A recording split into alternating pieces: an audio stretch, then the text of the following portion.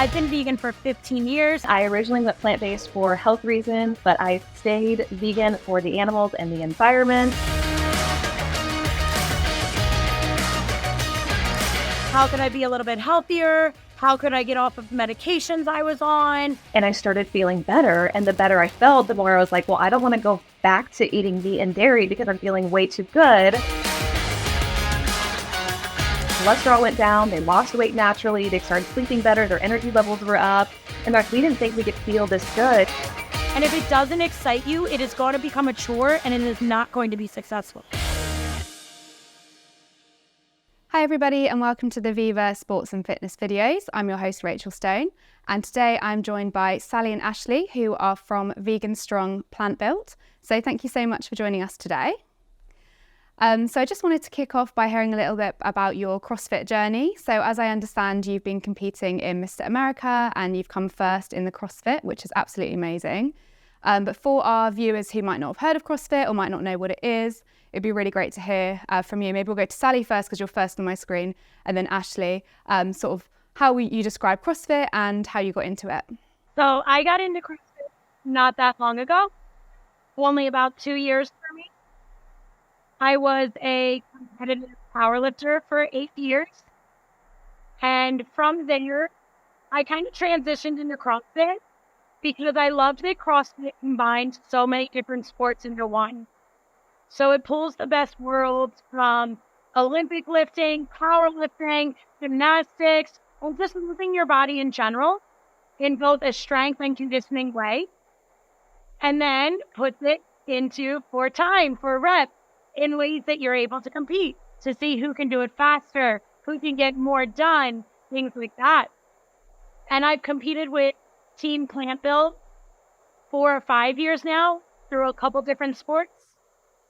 This year was my second year as a CrossFit athlete and my first year meeting and competing with wrestling.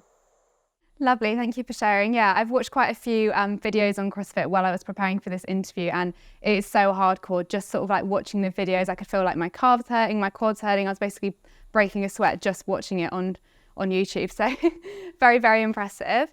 How about you, Ashley? Was it kind of a similar journey for you, how you got into CrossFit? Is it a recent thing? How long have you been doing it for? And yeah. I love it. I've been doing it for over 10 years now. And I got into it around 2013. I was looking just to build up some strength. I was running at the time, and I knew that I wanted to put off some muscle. And so I looked for like local boot camps in the area, and there happened to be one at a CrossFit gym. So I tried it out for 3 months, and I was hooked. I feel like that's like what they want you to do. Like just give it a try for a few months, and then you'll never leave. And that's what happened to me. So I've been doing it ever since. I just really love it. And I really enjoy it because there's always one more thing to learn, one more skill to get better at. There's always a little bit more weight that you can add to the bar, a little bit faster that you can go in a certain metcon. So that's kind of what keeps me going, is like I know that I can just continuously improve my CrossFit skills, refine them, and continue to improve as an athlete. So it's a lot of fun. And competing with Sally for the first time, this was my first time with the Vegan Strong PlantBuilt team at Mr. America in 2023, and it was a blast. So meeting Sally and being able to compete alongside her at the CrossFit workout was just incredible. Oh, amazing. Thank you for sharing. So as I ask everybody who I interview, you've probably been asked this hundreds of times before, but I'd just like to hear from you sort of how you got into veganism. So Sally, would you mind telling me why you're a vegan and how long you've been vegan for? Absolutely. I've been vegan for around 15 years. Wow. I'm not sure the exact timeline because it was a very natural transition for me. When I was in college and grad school time, I was starting to focus in on how could I be a little bit healthier? How could I get off of medications I was on? And everything just kind of kept leading back to, oh, let me cut this animal product out. Let me cut this one out. And dairy was one of the last ones to go for me, but made the hugest difference. And one day I just kind of looked at my diet and I was like, I think I'm vegan. I didn't even know it. So that's when I started really committing and diving in, reading more and more about the animal rights aspects as well. So I like to say that I started for health reasons, but it definitely stuck for the animals. Animals are what kept me staying vegan, and taking the time to really do the research and learn how to be a solid vegan athlete and eat everything I need to eat still. Yeah, it's quite interesting. I think we see that quite often where people maybe go vegan for the environmental or for the health reasons. And then because their minds are already open to veganism, then they start learning about the animal side of things. And then it sort of is a snowball effect. And then it just becomes, rather than a diet, it just becomes a lifestyle choice that most people sustain for their whole lives. Was it a similar journey for you, Ashley, or do you have different motivations for being vegan? It was a little similar. So mine was also for health reasons initially. I grew up on an Angus cattle farm in a small town in the Midwest in the US. And I ate a lot of meat and a lot of dairy, as you can imagine. And I had a lot of GI issues growing up. I was always going to the doctor. They were trying to figure out what was going on, and they never could. And no one ever said, oh, well, think about what it is that you're eating. Maybe this is having an impact on your digestive system. But it wasn't until I went to grad school to become a registered dietitian. And then I finally was like, well, maybe there is something to what I'm eating and how I'm feeling. And so I started just playing around with my diet a little bit more, kind of similar to Sally. I started just like naturally not eating as much meat, not drinking as much cow's milk. And I started eating more plants, and I started feeling better. And the better I felt, the more I was like, well, I don't want to go back to eating meat and dairy because I'm feeling way too good. And so I ended up going fully plant-based. And then once I was plant-based, I learned just more about the impact when it comes to the environment of our food choices, the environmental impact of our food choices, and the animal agriculture impact. And so from there, it was like, okay, well, now I'm never going back because one, I feel great. And two, there are so many other reasons to stay vegan because it's so much more than just about me and my health, but there are other entities involved as well. Yeah, exactly. And how did your family react to you going vegan then? Because it sounds like your upbringing was very non-vegan. So were they supportive? Initially, they were a little shocked. So Yes. It was like, okay, well, what are we going to feed you when you come home? You're used to eating steak, and we got, freezer full of meat, basically. So I think it was a little shocking in the beginning, but I will say, once they saw how good I was feeling, because they grew up with me, having to give me suppositories, having to give me medication to help me with my GI issues. Once they started seeing how good I was feeling, they realized, okay, well, maybe there is something to this. And she's not just, trying this like bad diet. And so I ended up challenging them because they were in their late 50s, early 60s. They were struggling with high cholesterol. So I said, hey, why don't you give this a try? And so they did it for about 3 months, and they were like, Ashley, we also feel so good. Their cholesterol went down. They lost weight naturally. They started sleeping better. Their energy levels were up. And like, we didn't think we could feel this good going into our 60s. And so now, 6 years later, they're also plant-based, which I'm so proud of. Oh, that's so good. Yeah. Yeah, that's amazing. Yeah, I definitely had sort of a similar thing with my family when they were very, very taken aback because I'm from quite a rural part of England, and they were very shocked. And what do you mean you're not going to eat chicken? And it's very, very taken aback. But my mum's actually going to do Veganuary, but she's starting it in February for various reasons. So it's going to be really exciting, and I'm hoping that she will, eventually go plant-based as well. So yeah, I think it's nice to see people's attitudes changing around it. Let's I think stay talking about diet for a little bit, and I'm going to ask you a question that you've probably been asked loads of times. Sally, let's go to you. How much protein do you eat in a day? I eat my body weight in protein as my goal. So I'm currently riding one of my leaner body fats for lately, and I'm 145 pounds. So I eat about 145 grams of protein a day is what works best for me right now. Nice. And is it sort of similar for you, Ashley? It's similar for me. And I think just to Sally's testament, the fact that it is possible to get more than enough protein on a plant-based or vegan diet, like it is possible, which is so cool. I don't track my protein like a lot of CrossFit athletes do, or just a lot of athletes in general. But I would imagine that I get just kind of eyeballing things around 100 grams pretty easily. And if I really want to push it, 120, 130 with maybe some extra like protein supplements on top of that. But it really is not challenging. Nice. I tell my members I have a boot camp gym, and when we talk about protein, I talk a lot about scrapping from your mind the train of thought that the protein is the piece of meat on your plate, and thinking about trying to get your protein within the whole plate. So simple things like I have a challenge out right now where they're working on finding higher protein sources of carbs. For example, replacing our rice with quinoa, where we can throw in another 5 to 10 grams of protein there. And then if we replace our romaine lettuce with some dark, hearty greens, getting the spinach, the kale, or maybe even broccoli in there, we can add another 5 grams of protein. And right there, I haven't even gotten to the meat or like the tofu aspect of the plate if we're breaking it down into those 3 different sources: carbs, protein, veggies. And we're already looking at 10 to 20 grams of protein right in and of itself. So I think so many people have that mindset of my protein is the meat, my protein is the tofu. If we take that away from it and think about the whole plate and how can we start piling that protein together? Now can I sprinkle a tablespoon of hemp seeds on top of my salad? So then again, I've added another 2 grams of protein. How can I start building it up so that my protein stacks up with all my different sources, with all my different foods throughout the day? Nice, that's so interesting. Yeah, it's something that I definitely started doing when I first went vegan, because I sort of believed all the rumours that I wouldn't be getting enough protein. So I was sort of tracking it and looking at how having like chickpea pasta instead of just wheat pasta or something was like a really good way of boosting my protein up. And I don't know if you guys eat in America, but it's a very British thing to eat beans on toast. I'm not sure if you eat that in the States, but I remember sort of looking up and it was like there was like 30 grams of protein just in beans on toast, and that's a meal that most British people eat. So yeah, it's pretty interesting seeing like breaking down the protein and everything. It's been kind of a hot topic of debate in the Viva office recently about meat alternatives. So stuff like Beyond Burgers and vegan sausages and even vegan bacon and everything. And I will put my hands up and say that I probably eat too much of them, but I just love the taste. But there are people in the office who are very much like whole food vegans who only eat tofu and lentils and beans.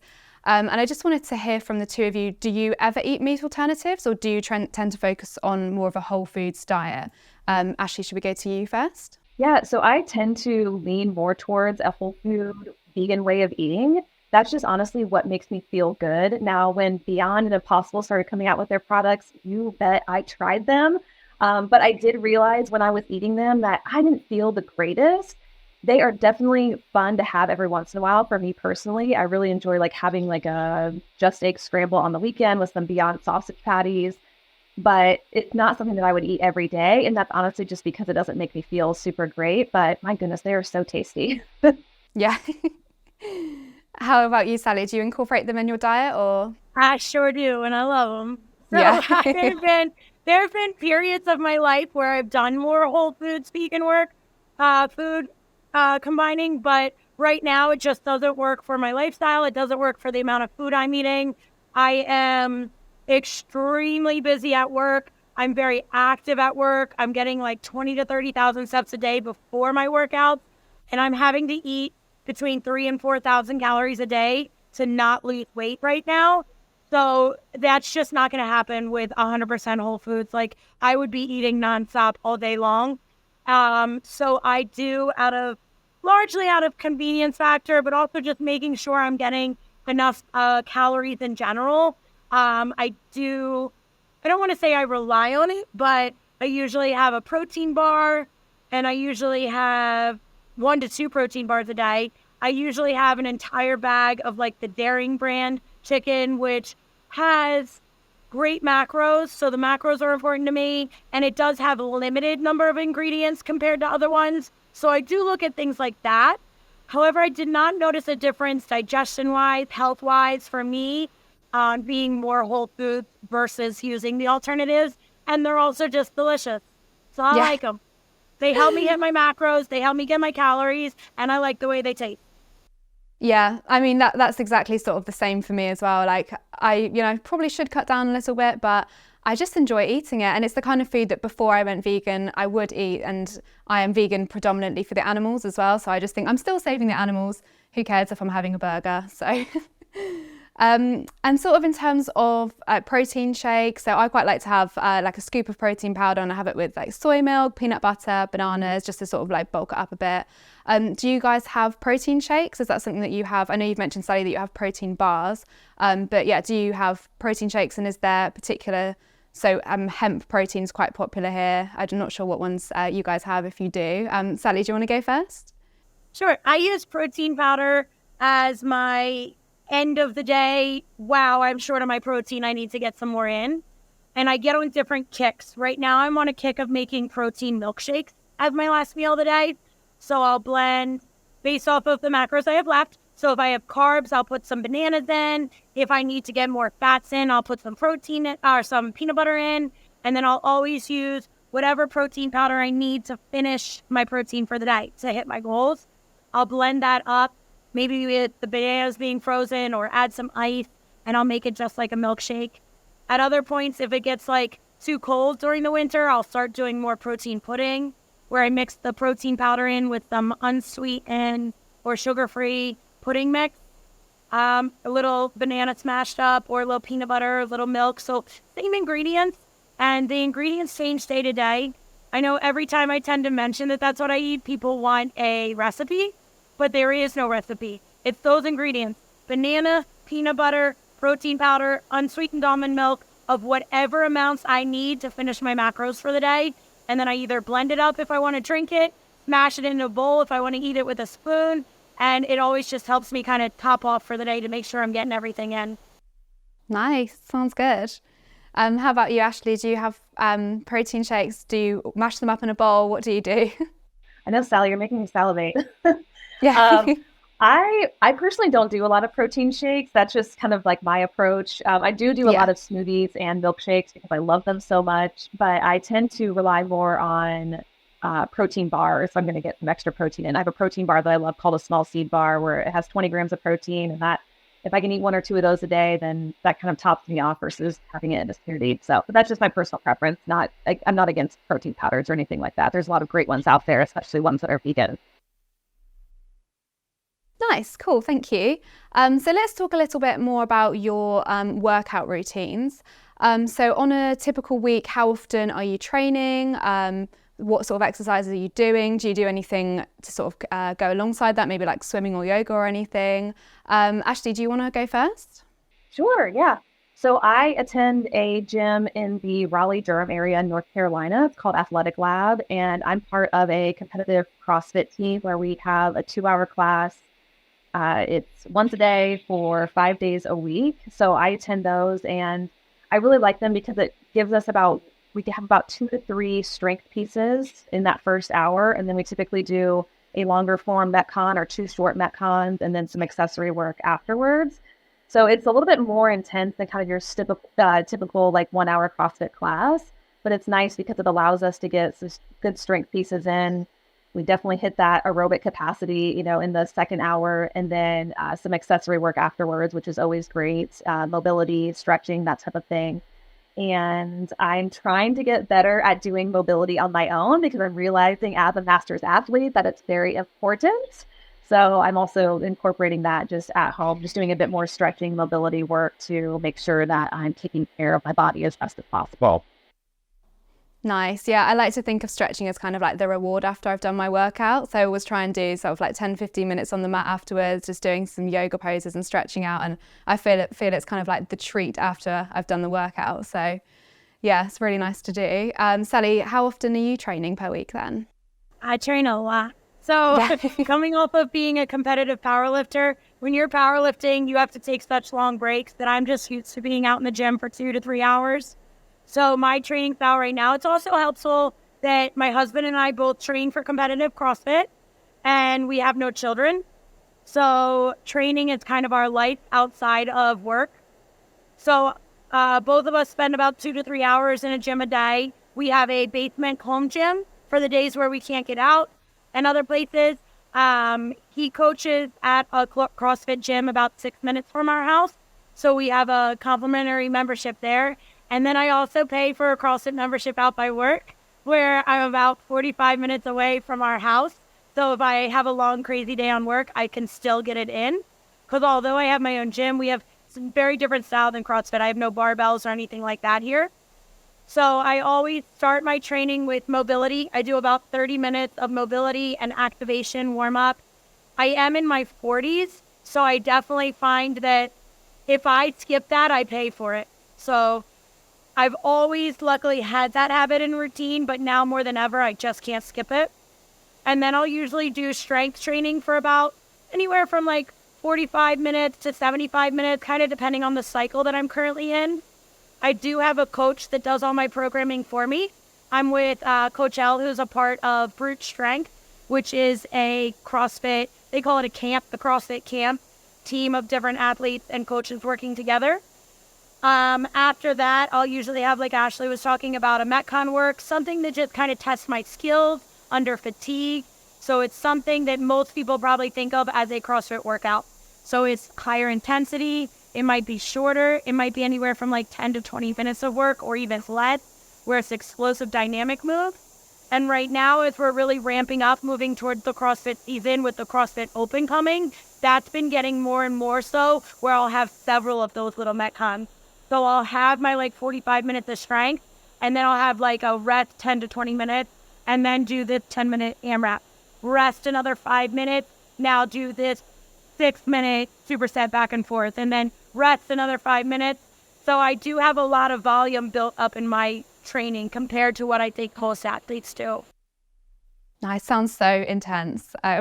Sounds really good though. I'm very much like a 45-minute gym class girl. I do a lot of yoga. So just hearing that is very inspiring, but it makes me feel very tired at the same time. I'd just like to hear now, what are your plans going forward? So we're currently at the start of 2024. So what do you have planned for this year in terms of competing? Sally, do you want to go first? Sure.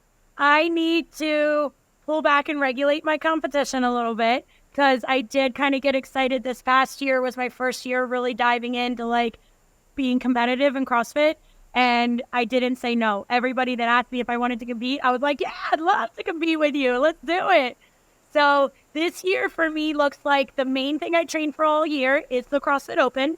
That's coming up at the end of February, starts for 3 weeks, where nationwide everyone will be doing the same workout, submitting our scores, and from there you try to move on to quarterfinals. I've qualified for quarterfinals in the past, so my goal is to do that again this year. Once you qualify for quarterfinals, which will be the top 25% of the world within your division, my division is my age group, 40 to 44. So once you qualify for that, there are more workouts to do. And again, it'll be one per week for a couple weeks. You'll submit those scores, and your goal from that is to qualify and move on for semifinals. My coach and I aren't 100% sure where I'm at with that right now. I'm probably going to be semifinal bubble athlete, they call it, where I may or may not qualify, probably leaning a little bit more towards the just missing it as opposed to just making it. But there's really only one way to find out for sure. So I'll find that out in a couple months. Then from there, I hope Ashley has the same answer, because I hope to compete with Ashley this year, because that was hands down the best competition I had, with that partner work where we were just pushing each other, which I don't get a lot. I do train alone or around my husband, so to train with another amazing female athlete was just awesome. To top it off with Ashley having a great personality and also being vegan just made it that much more special.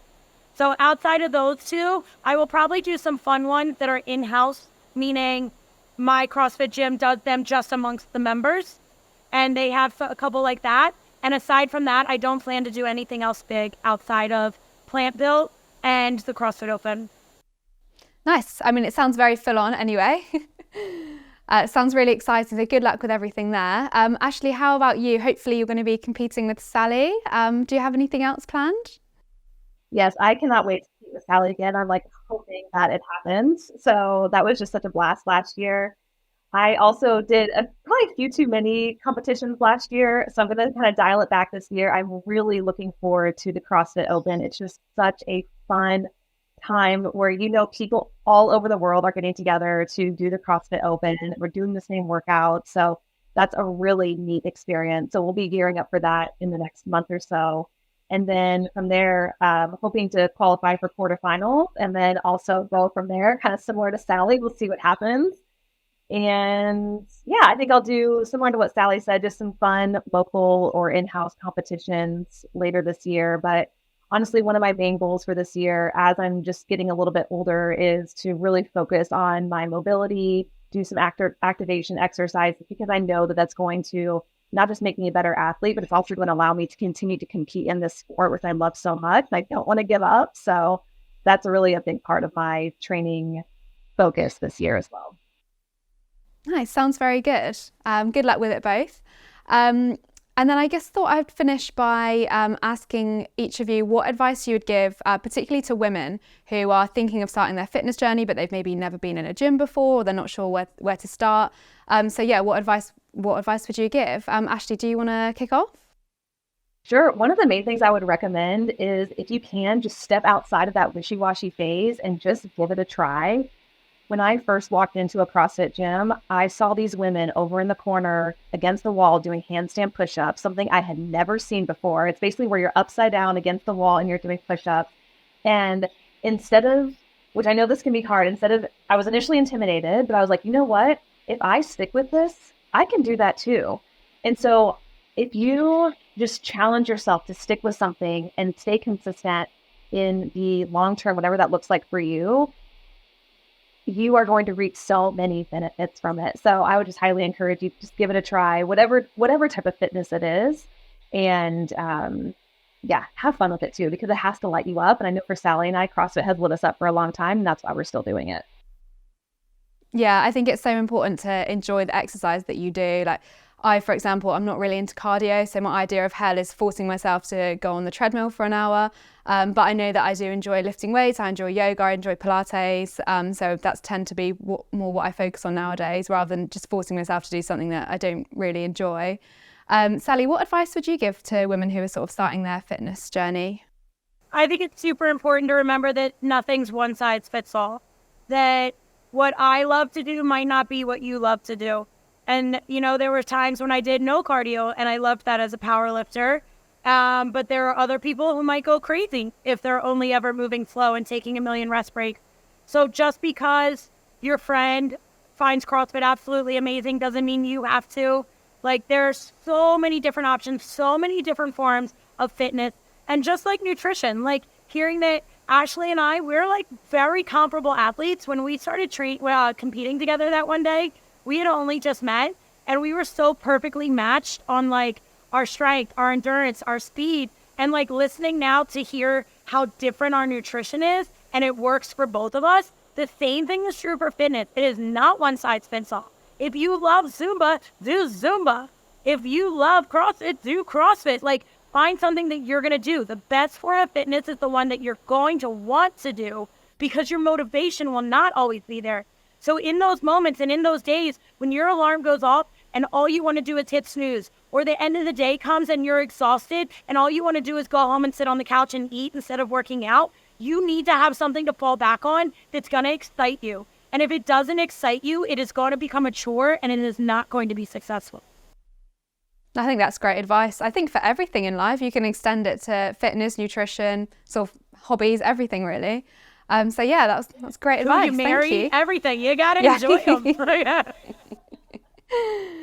Oh, brilliant. Okay, thank you so much for joining us today. And hopefully we will speak again soon. And we'll be posting in the bio some links to the PlantBuilt Vegan Strong team, so all our viewers at home can find out more about you guys and the amazing work that you do. Yes, follow along the team. It's all different sports. So like we were just saying, there's all different types of fitness. PlantBuilt is all different sports. So even if you have no interest in seeing Ashley and I do CrossFit, there are powerlifters, there are strongmen, there are kettlebell sport, there are bodybuilders. You will find inspiration and motivation in someone by following Team PlantBuilt. Brilliant. Thank you both. Bye. Bye.